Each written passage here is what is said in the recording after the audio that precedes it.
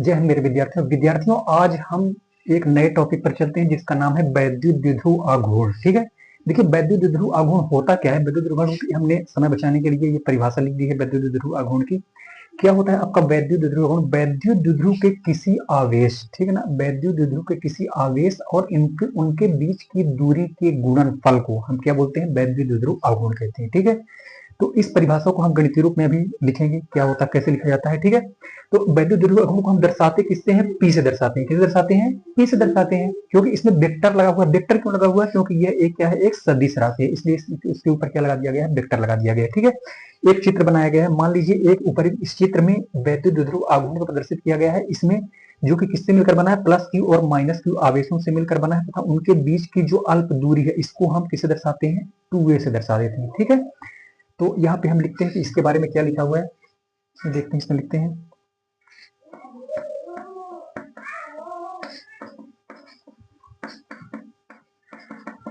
ऊपरी सूत्र में एक वैद्युत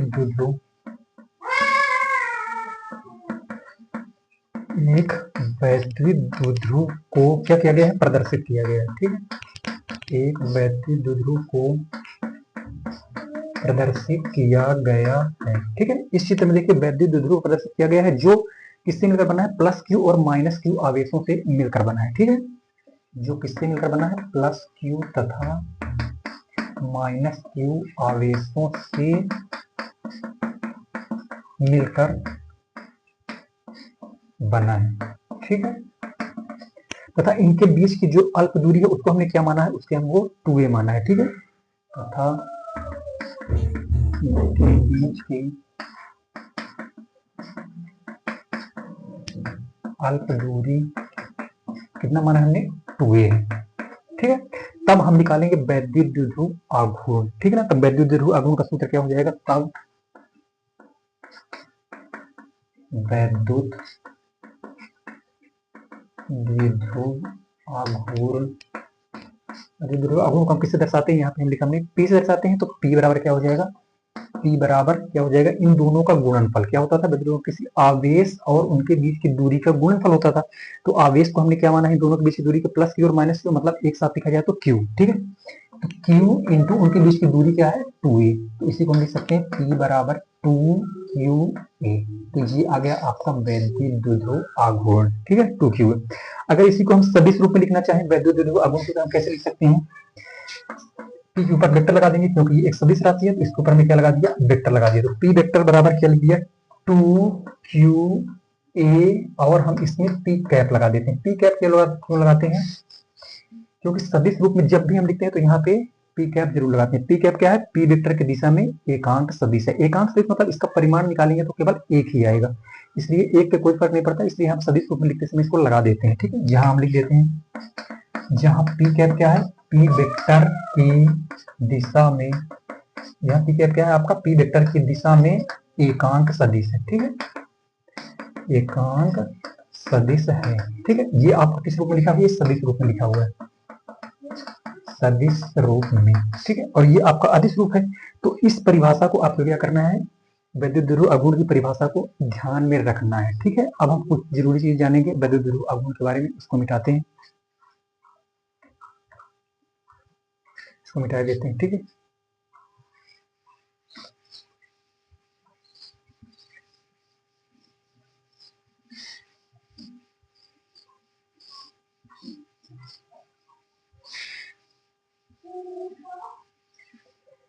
देखिए कुछ नोट, कुछ ध्यान रखना है आपको। पहला नोट आपको ध्यान रखना है कि वैद्युत द्विध्रुव आघूर्ण जो होता है वो क्या होता है? एक सदिश राशि होती है। ठीक है, वैद्युत द्विध्रुव आघूर्ण कैसी राशि है? एक वैद्युत द्विध्रुव आघूर्ण एक कैसी राशि है? एक सदिश राशि। ठीक है, इस चीज को आप ध्यान रखना है। और इसकी जो दिशा होती है ना, वैद्युत द्विध्रुव आघूर्ण की जो दिशा होती है, इसकी दिशा कैसी होती है? हमेशा ऋणावेश से, ऋणावेश से हमेशा धनावेश की ओर होती है। ये भी चीज आपको ध्यान रखना है। ठीक है, धनावेश की ओर तथा द्विध्रुव अक्ष, जो भी अक्ष होता है ना द्विध्रुव का, जो प्लस की और माइनस की वजह से मिलकर बना होता है, द्विध्रुव अक्ष के क्या होती है, हमेशा अनुदिश होती है, उसी की दिशा में होती है, तथा इसकी दिशा ऋणावेश धनावेश की ओर, तथा द्विध्रुव अक्ष क्या होती है, द्विध्रुव अक्ष के हमेशा अनुदिश, अनुदिश मतलब उसी की दिशा में, द्विध्रुव अक्ष के अनुदिश होती है। तो ये दो नोट आपको ध्यान रखना है, ये ऑब्जेक्टिव में आपसे पूछे जा सकते हैं, ठीक है। अब हम इसका द्विध्रुव आघूर्ण जो हमने निकाला उसका हम मात्रक निकालेंगे तथा उसके बाद विमीय सूत्र निकालेंगे, ठीक है। चलते हैं, इसको मिटाते हैं।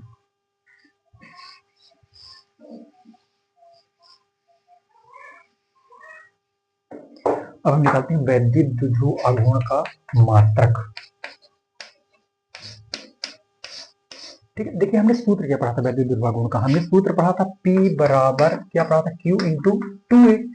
तो P बराबर, देखिए Q क्या है, आवेश है, आवेश का मात्रक क्या होता है आपके पास, आवेश का मात्रक होता है कूलाम, क्या होता है आवेश का मात्रक कूलाम।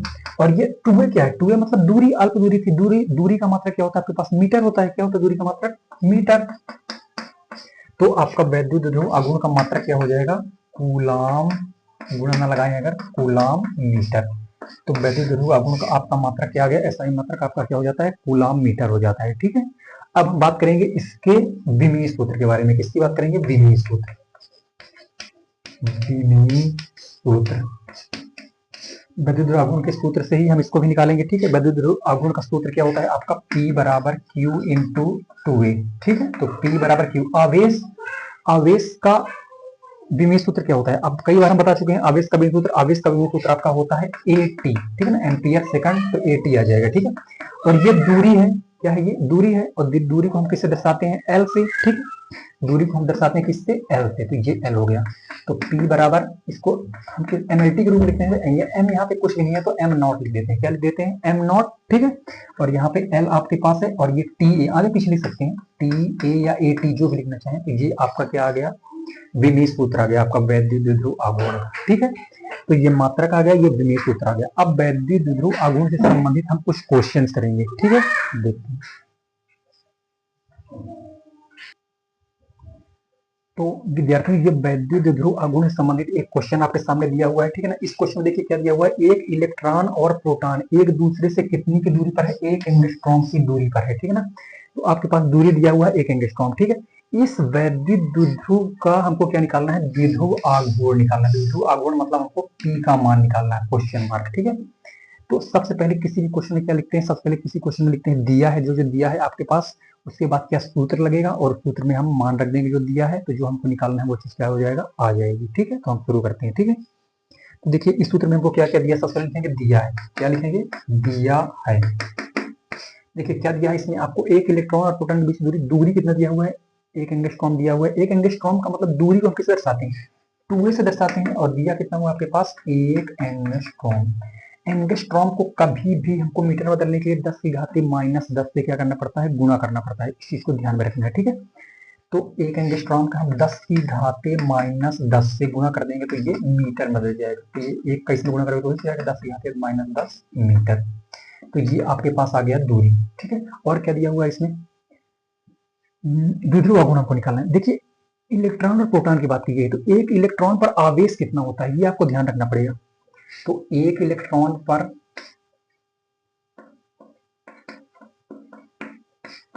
जो आवेश होता है, आवेश को हम दर्शाते हैं स्मॉल q से, ये ध्यान रखना है आपको, 1.6 गुणे 10 की घात -19 कूलाम होता है, ठीक है। तो इस चीज को आपको ध्यान में रखना है, और ये दूरी आपके पास इतना आ गया, ठीक है। अब हम सूत्र लगाएंगे द्विध्रुव आघूर्ण का। द्विध्रुव आघूर्ण का क्या सूत्र होता है, द्विध्रुव आघूर्ण दर्शाते हैं हम P से, P बराबर क्या होता है, Q इंटू 2A, ये सूत्र होता है आपका। दोनों का मान रख दीजिए, तो P बराबर Q का मान आपके पास कितना है, Q का मान ये हमने लिखा था 1.6 गुणे 10 की घात -19, ठीक है। और 2a मतलब दोनों के बीच की दूरी कितना है, 10 की घात -10, कितना है आपके पास, 10 की घात -10, ठीक है। अब हम लिखेंगे P बराबर, ये संख्या 1.6 तो 1.6 लिख रहे दीजिए, गुणे आधार समान हो तो घाते क्या होती है, जुड़ जाती है, तो 10 की घाते क्या हो जाएगा, -19 और ये -10। तो P बराबर कितना हो जाएगा, 1.6 गुणे 10 की घाते माइनस प्लस हो जाता है, बड़े से पहले माइनस, दोनों को जोड़ेंगे तो कितना हो जाएगा 29। और ये द्विध्रुव आघूर्ण है। वैद्युत द्विध्रुव आघूर्ण का मात्रक अभी हमने निकाला, क्या होता था, कूलम मीटर। तो यहाँ पे लिख दीजिए कूलम मीटर। तो ये आपका आंसर आ गया।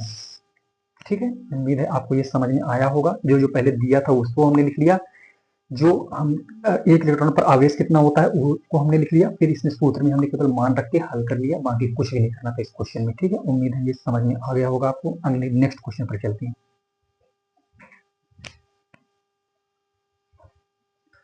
तो विद्यार्थियों, वैद्युत द्विध्रुव आघूर्ण से संबंधित एक और हम क्वेश्चन पर चर्चा करते हैं। ठीक है, देखिए इसमें ये क्वेश्चन क्या दिया हुआ है, +5 माइक्रोकूलम और -5 माइक्रोकूलम के दो बिंदु आवेश दिए हुए हैं आपके पास। ठीक है, जो एक दूसरे से कितनी दूरी पर स्थित है, 4 सेंटीमीटर की दूरी पर स्थित है। ठीक है ना, तो हमें द्विध्रुव आघूर्ण की क्या करना है, गणना करना है, या द्विध्रुव आघूर्ण का मान निकालना है। ठीक है, सबसे पहले इस क्वेश्चन में हम लिखेंगे जो जो दिया है आपके पास।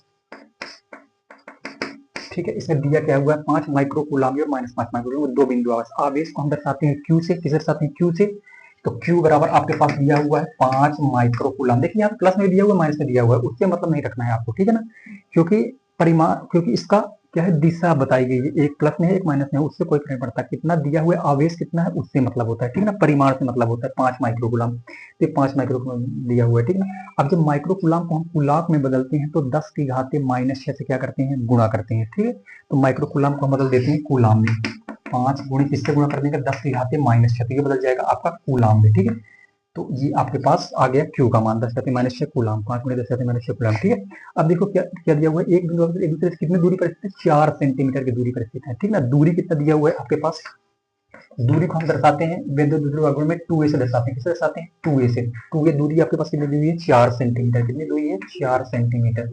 लेकिन हमको लिखना सेंटीमीटर में नहीं है, हमको किसमें लिखना है, मीटर में लिखना है। ठीक है ना, और मीटर में लिखने के लिए 10 की घाते -2 से क्या करना पड़ेगा, गुणा करना पड़ेगा हमें, क्योंकि क्योंकि 1 मीटर में 100 सेंटीमीटर होता है। तो हमको इसमें 4 गुणे 10 की घाते ऊपर जाएगा -2 मीटर में बदल जाएगा। जब इसको 10 का -2 से गुणा कर देंगे तो 10 सेंटीमीटर किसमें बदल जाएगा, आपका मीटर में बदल जाएगा। ठीक है, तो ये आपके पास दूरी आ गई, ये आपके पास आवेश आ गया, ये आपके पास क्या आ गई, दूरी आ गई। ठीक है, अब हम सूत्र लगाएंगे वैद्युत द्विध्रुव आघूर्ण का। किसका सूत्र लगाएंगे, वैद्युत द्विध्रुव आघूर्ण का। तो लगा देते हैं सूत्र, वैद्युत द्विध्रुव आघूर्ण। वैद्युत द्विध्रुव आघूर्ण को हम दर्शाते हैं P से। ठीक है, तो P बराबर लिख देते हैं, P बराबर क्या होता है, Q इंटू 2a या 2Q, आगे पीछे लिख सकते हैं, कोई दिक्कत नहीं है। तो P बराबर Q, Q का मान आपके पास कितना है, 5 गुणे 10 की घाते -6 कूलम। तो लिख देते हैं 5 गुणे 10 की घाते -6, बीच में गुणा लगा देते हैं 2a, इन दोनों के बीच की दूरी हमने क्या निकाला, मीटर में। 4 गुणे 10 की घाते -2, इसको लिख देते हैं 4 गुणे 10 की घाते -2। अब क्या कर लेंगे, गुणा कर लेंगे। ठीक है, देखिए संख्या संख्या गुणा कर लेते हैं, 5 को कितना होता है, 20 हो जाएगा, गुणे आधार समान तो घाते क्या हो जाएंगे, जुड़ जाएंगे, 10 की घाते -6 और ये जुड़ेगा तो -2। ठीक है, तो P बराबर 20 इंटू 10 की घाते -6, प्लस माइनस क्या होता है, माइनस होता है, तो ये आ जाएगा -2। अब क्या करेंगे, 20 गुणे 10 की घाते माइनस माइनस क्या होता है, जुड़ जाता है, प्लस होता है, 6 2 कितना हो जाएगा 8, बड़ी संख्या पहले माइनस है तो माइनस। और ये वैद्युत द्विध्रुव आघूर्ण है, और वैद्युत द्विध्रुव आघूर्ण का मात्रक हमने अभी निकाला था, क्या होता था, कूलम मीटर। तो हम लिख देंगे यहाँ पे कूलम मीटर। यही आपका आंसर है वैद्युत द्विध्रुव आघूर्ण, यही आपका क्या है, वैद्युत द्विध्रुव आघूर्ण का आंसर है। ठीक है ना, तो ये आपका वैद्युत द्विध्रुव आघूर्ण से संबंधित एक और क्वेश्चन सॉल्व हुआ। ठीक है, अब हम आगे चलते हैं नेक्स्ट क्वेश्चन की तरफ।